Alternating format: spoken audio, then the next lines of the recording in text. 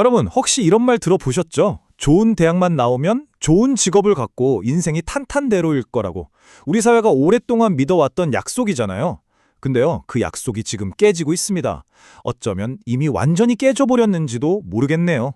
그리고 그 한가운데 바로 인공지능, AI가 있습니다.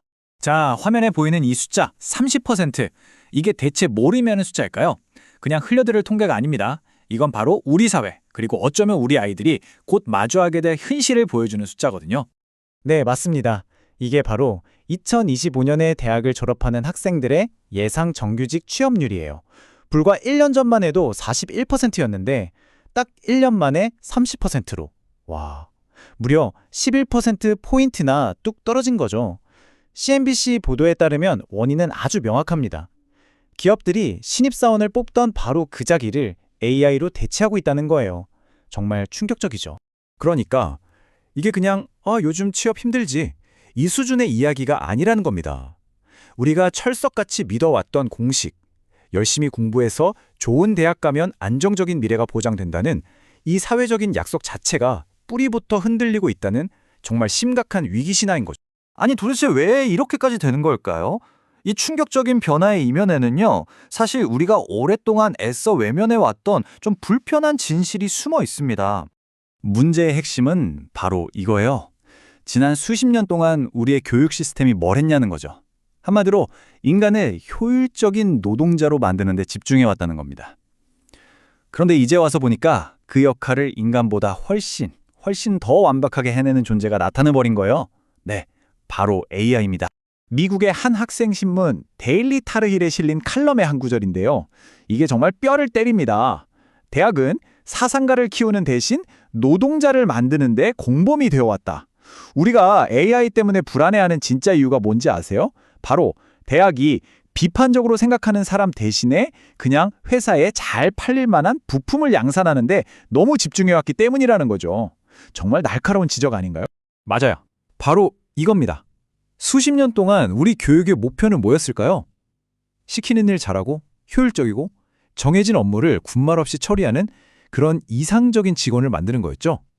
근데 이게 결국 무슨 결과를 낳았을까요? 우리도 모르는 사이에 졸업생들을 기계와의 경쟁으로, 그것도 아주 불리한 경쟁으로 밀어넣은 꼴이 된 겁니다. 자, 이 표를 한번 보세요. 정말 기가 막히죠? 인간 직원은 훈련도 시켜야 하고 하루 8시간 일하고 실수도 하잖아요. 근데 AI는요? 이미 방대한 데이터로 학습이 다 끝나 있고 24시간 내내 불평 한마디 없이 완벽하게 일을 해냅니다. 심지어 승진시켜달라고 하지도 않죠. 한마디로 인간보다 훨씬 싸고 빠르고 말 잘 듣는 완벽한 화이트칼라 노동자가 탄생한 겁니다. 이게 바로 대학이 수십 년간 만들어내려고 했던 바로 그 모습이라는 게 정말 아이러니하지 않나요? 이런 상황인데 대학들은 그럼 뭘 하고 있을까요? 어려운 질문은 피하고 있습니다. 칼럼니스트 레디언 홍은 이걸 제도적 비겁함이라고 부릅니다. 그러니까 우리 교육의 진짜 목적이 뭔가 이런 근본적인 고민을 하는 대신에 그냥 기존에 있던 인문학이랑 정보과학을 적당히 섞어서 AI 학부 같은 걸 급하게 만드는 식으로 본질을 외면하고 있다는 거예요. 자, 여기까지 듣고 나면 좀 암울하게 느껴지실 수도 있어요. 아, 이제 인간은 기계한테 완전히 밀렸구나 싶으실 텐데요. 하지만 바로 이 지점에서 우리는 관점을 완전히 바꿔야 합니다. 효율성 경쟁이 끝났다고요? 좋아요. 그럼 이제 우리는 어떤 새로운 게임을 시작해야 할까요? 네, 이제부터는 좀 희망적인 이야기를 해보죠. AI는 절대 따라할 수 없는, 오직 우리 인간만이 가진 그 고유한 힘에 집중해야 할 시간입니다. AI 시대의 가장 큰 역설은 바로 이거예요. 우리가 살아남으려면 더 기계처럼 되는 게 아니라 오히려 더 인간다워져야 한다는 겁니다. 서로 공감하고 섬세한 손기술을 쓰고 새로운 예술을 만들어내고 무엇이 옳고 그른지 고민하는 능력? 이런 것들이요. 기계는 데이터를 처리하지만 우리 인간은 의미를 만들어내잖아요. 이게 바로 AI 시대에 우리가 가져야 할 새로운 무기입니다. 그러니까 핵심은 아주 명확합니다. 이제 기계처럼 효율적으로 일하려고 애쓰는 건 그만두고 가장 인간적인 능력에 집중해야 한다는 거죠.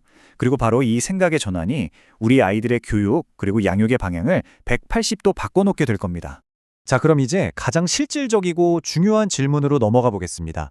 이 엄청난 변화의 파도 속에서 부모로서 또 교육자로서 우리는 우리 아이들을 위해 대체 뭘 해야 하는 걸까요? 두려움은 보통 잘 모르는 데서 오잖아요. 일단 AI가 무슨 마법 같은 게 아니라는 것부터 이해해야 합니다. 원리는 생각보다 간단해요. 첫째, 엄청난 양의 데이터를 먹고 훈련. 둘째, 그 데이터 안에서 패턴을 배우고 학습. 셋째, 배운 걸 바탕으로 새로운 걸 만들어내는, 창조하는 거죠. 이 원리만 제대로 이해해도 우리는 AI에 끌려다니는 게 아니라 AI를 도구로 쓰는 주인이 될 수 있습니다.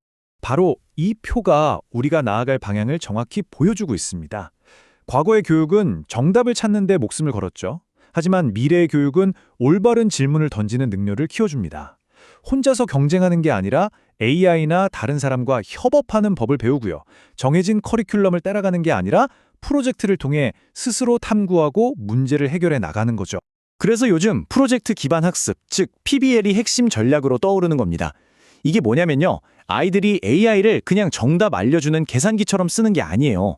아이디어를 내고 자료를 찾고 결과물을 만들어내는 전 과정에서 AI를 창의적인 파트너로 활용하게 하는 거죠.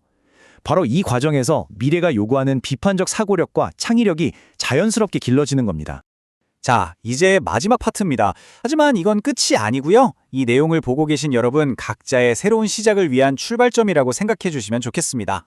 만약 우리가 아이들에게 딱 한 가지 능력만 물려줄 수 있다면 그게 뭘까요?